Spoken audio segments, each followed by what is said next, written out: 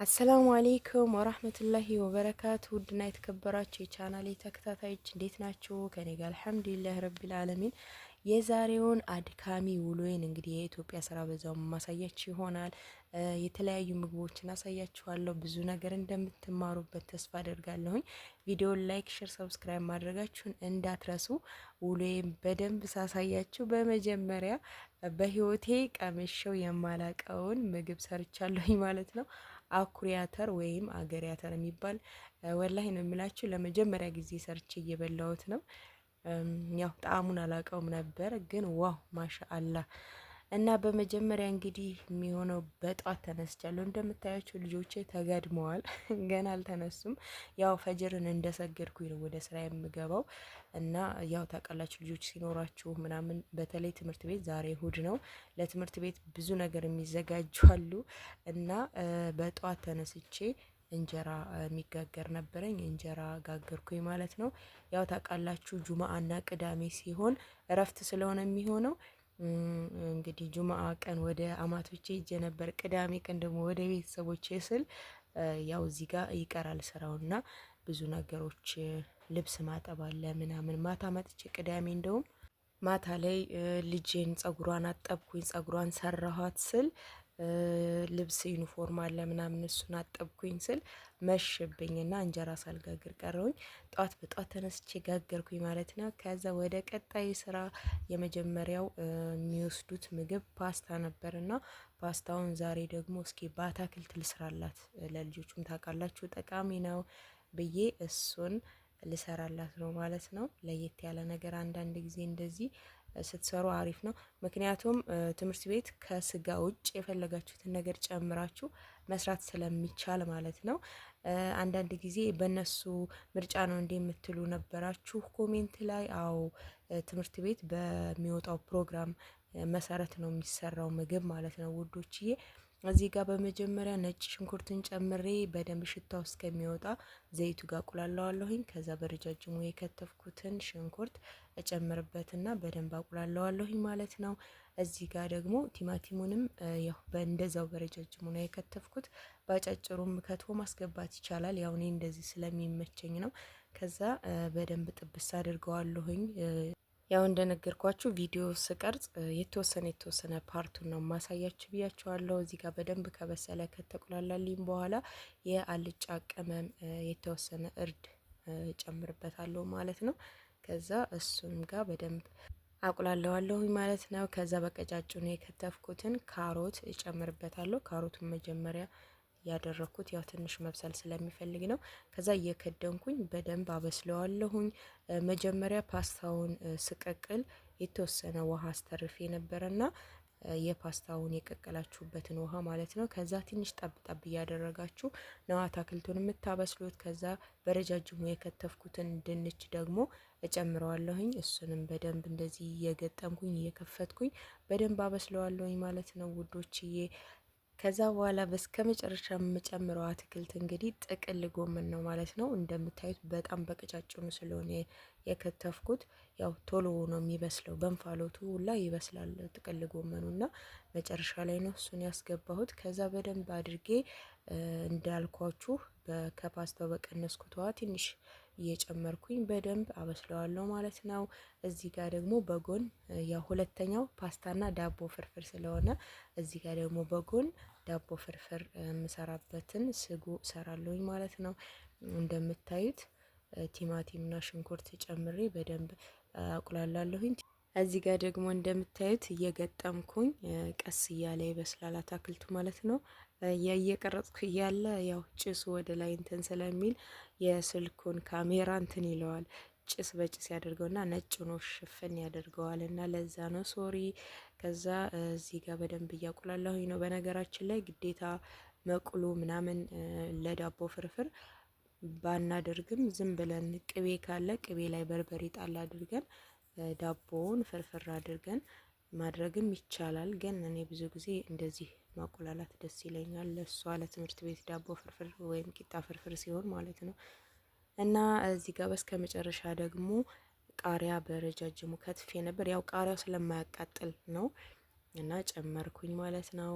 ከዛ እሱንም የተወሰነ በሰል አድርገዋለሁ። እዚህ ጋር ደግሞ ዳቦ ፍርፍሬን ፈርፍሬ ጨርሻለሁኝ። ከዛ አታክልቴ ላይ ደግሞ ጨው፣ የተለያዩ ቅመም ያለኝን ማለት ነው የማጣፈጫ ቅመሞች እጨምራለሁ። ማጂ እጨምራለሁኝ። ጨውን በደንብ ካስተካከልኩኝ በኋላ ፓስታውን በዚህ መልኩ አስገብቼ በደንብ አዋህደዋለሁኝ ማለት ነው። እሳቱን አላጠፋሁም። ከአታክልቱ ጋር በደንብ እንደዚህ እንዲዋሃድላችሁ በሙቀቱ ማለት ነው።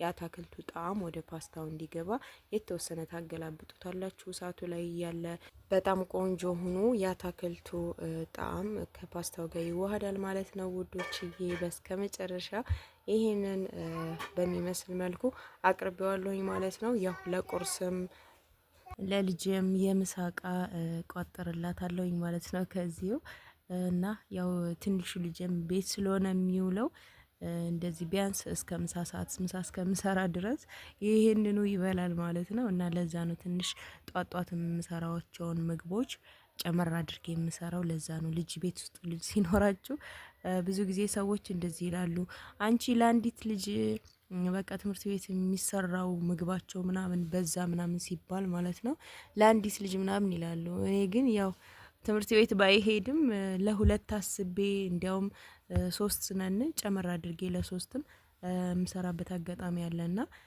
ያው ስትሰሩ ጨምራችሁ መስራታችሁ አይቀርም። ያው ነው ወጪው።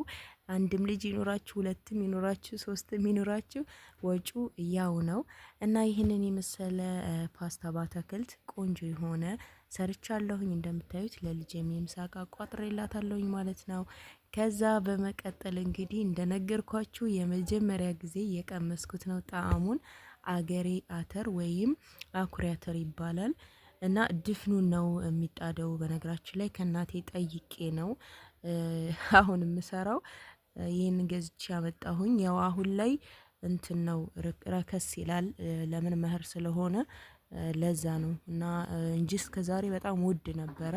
ከዛ ገዛሁኝና እስኪ ልሞክረው ብዬ እንደዚህ አድርጌ፣ የሚጣደው ደግሞ በሸክላ ድስት ነው አሉኝ። ከዛ በሸክላ ድስት ጣድኩት። ረጅም ሰዓት ይወስዳል። በደንብ ብስል ብሎልኛል እንደምታዩት ማለት ነው። ከዛ የምሰራው ግን በብረት ድስት ነው። ያው እስካሁን ብዙ ሰዓት ፈጅቶ ነው በሸክላ ድስቱ የበሰለልኝ። እንደገና ያለችኝም ይቺው ብቻ ናት ድስት ያለችኝ።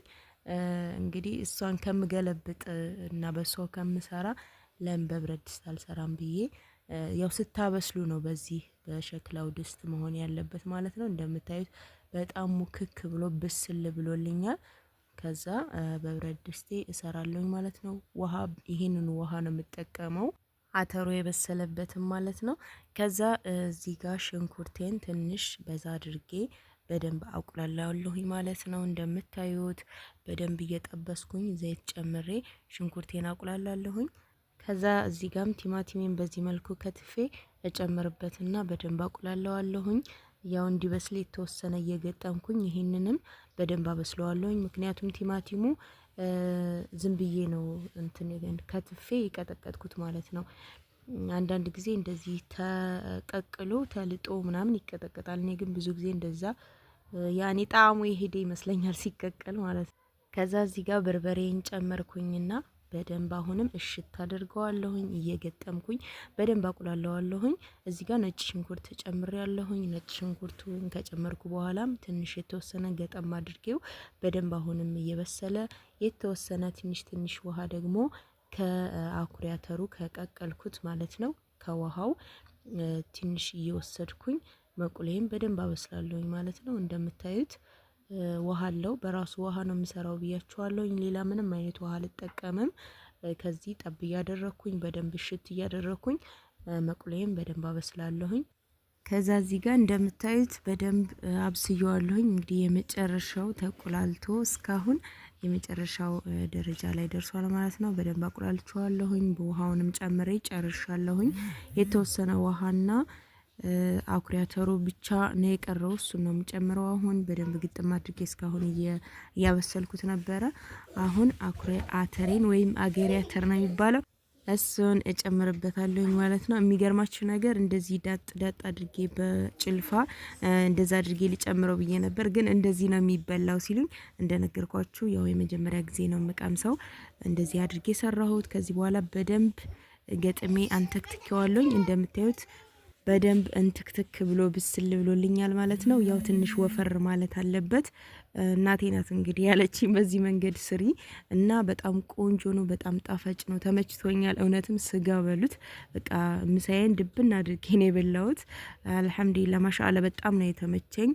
ይህንን ይመስላል እንግዲህ በጣም ነው የሚጣፍጠው እና ቆንጆ አኩሪ አተር አገር አተር እንግዲህ መኸር ነው ያው ብያችኋለሁኝ። ከዚህ በኋላ በቃ እየገዛን እንበለዋል። በነገራችን ላይ በክኩም መብላት ይቻላል፣ ተሰርቶ በክኩም መብላት ይቻላል። ያው እሱንም አልሞከርኩትም፣ ሞክሬው ደግሞ ሰርቼው አሳያችኋለሁኝ። ይሄ ግን በጣም ነው የተመቸኝ።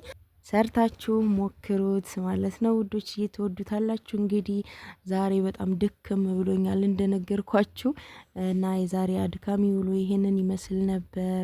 ላይክ፣ ሼር፣ ሰብስክራይብ ማድረጋችሁን እንዳትረሱ። በቀጣይ ለእናንተ ይጠቅማል፣ ቆንጆ ነው፣ ያስተምራችኋል ብዬ ያሰብኩትን ቪዲዮ ይዤላችሁ እስከመጣ ድረስ አላህ ሰላማችሁን ብዝት ያድርገው፣ አገራችንንም ሰላም ያደርግልን። ወሰላሙ አሌይኩም ወራህመቱላሂ ወበረካቱ።